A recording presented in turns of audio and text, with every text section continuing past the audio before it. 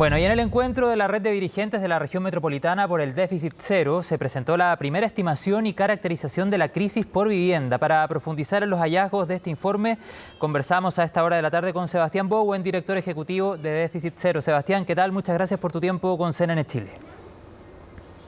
Muchas gracias a ustedes por instalar esta conversación. Sebastián, estuve mirando algunos de los resultados y realmente es una situación urgente. Se requieren medidas inmediatas para poder atender esta situación, este déficit de vivienda que hay en nuestro país. Y me gustaría partir preguntándote cuántas familias en concreto necesitan viviendas, porque uno tendería a pensar solamente en las personas que están en situación de calle o, por ejemplo, quienes están en un campamento, pero también hay todo un mundo, una gran cantidad de familias que, por ejemplo, vive allegadas. O sea, ¿en cuántas personas o en cuántas familias hoy existe esa necesidad de vivienda? Bueno, efectivamente, tal como tú lo mencionas, lo que nosotros hicimos ahora con el Centro de Políticas Públicas de la Universidad Católica fue hacer un levantamiento de los datos existentes, ¿ya? A partir de la CACEN, ¿cierto?, del censo, de otros instrumentos como el catastro de campamentos que elabora Techo Chile con Fundación Vivienda. Entre otras cosas, relevamos cuántas familias hoy día no acceden a una vivienda digna y adecuada. El resultado finalmente es que el déficit habitacional en Chile son más de 641.000 familias que no tienen una vivienda. Esas familias hay cerca de un 42% de ellas que son allegadas o cerca de un 36% que viven en condiciones de hacinamiento, ¿cierto? Vale decir 3, 4 personas en una misma pieza, y cerca de un 12-13% viven en situación de campamentos. El resto vive en situación de vivienda irrecuperable y también en situación de calle, una situación que está aumentando con fuerza y lo podemos ver en el centro de nuestras ciudades. Sebastián, ¿y en qué territorios están las mayores necesidades?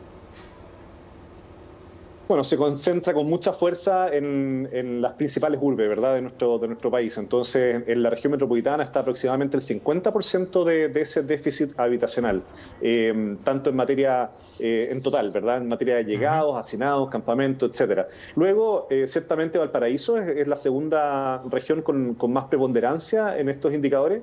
Y luego Biobío y también Antofagasta, siendo esta última muy fuerte, sobre todo en materia de campamentos. Y resulta que lo que nos está revelando esto es cerca de un 10%, ¿cierto? Cuando pensamos en 640.000 familias, tenemos que recordar que es aproximadamente un 10% de los hogares del país.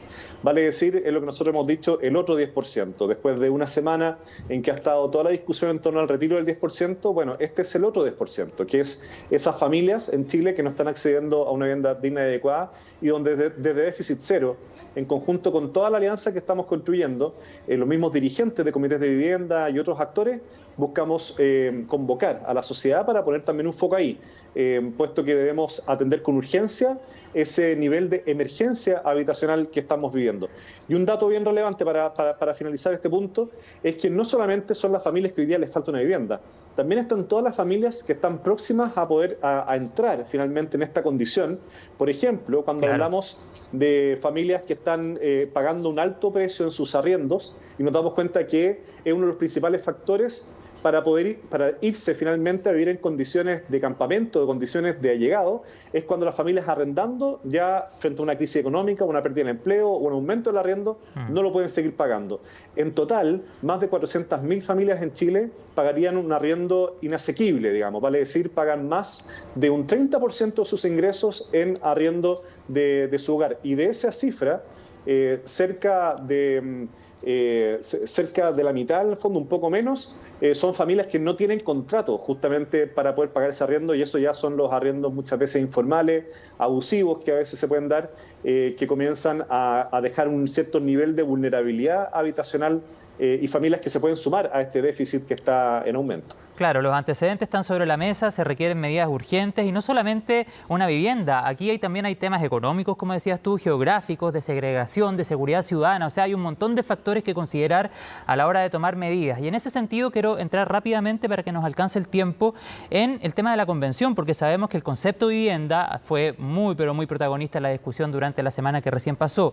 ¿Cómo crees se ha abordado este tema en este concepto de vivienda digna que finalmente se termina aprobando en el Pleno? ¿Crees que va en la línea de la solución?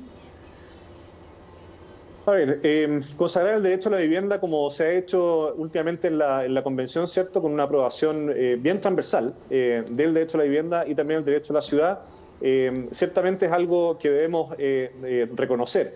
Sin embargo, es muy importante que también pongamos el foco en las políticas públicas. Eso es lo que estamos tratando de hacer desde déficit cero, cosa que ese derecho, ¿cierto?, no quede solamente como un derecho, sino que pase a ser un hecho, ¿verdad?, concreto en acceso a la vivienda para las familias. Y ese es el foco que estamos tratando nosotros de impulsar.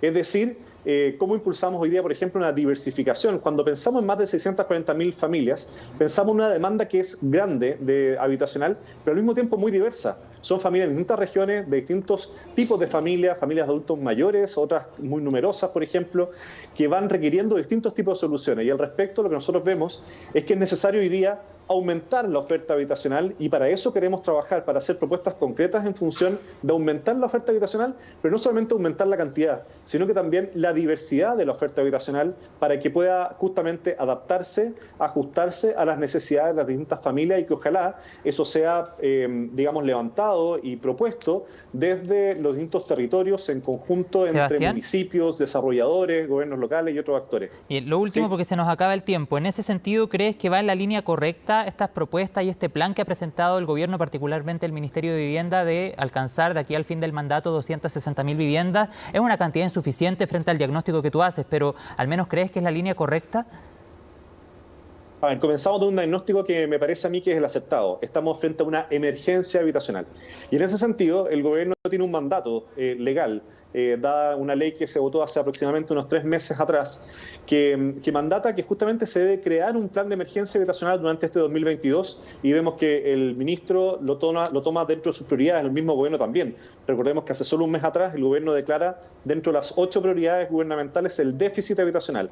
Sin embargo, eso debe ser trabajado con muchos actores y trabajado con un sentido de urgencia, reconociendo dónde están esas familias que les hace falta la casa, y luego trabajando en conjunto para diversificar esta oferta, como te decía, y aumentar esta oferta habitacional. Creemos que son buenos anuncios, van en la línea correcta. Esto no lo va a solucionar un solo gobierno ni de la noche a la mañana, sino que tenemos que sentar las bases para poder enfrentar y alcanzar el déficit cero, ojalá, dentro de esta década. Pero para eso tenemos que cambiar muchos elementos estructurales de nuestras políticas habitacionales. Claro que sí, esperamos así sea. Sebastián Bowen, director ejecutivo de Déficit Cero, muchas gracias por tu tiempo con CNN Chile.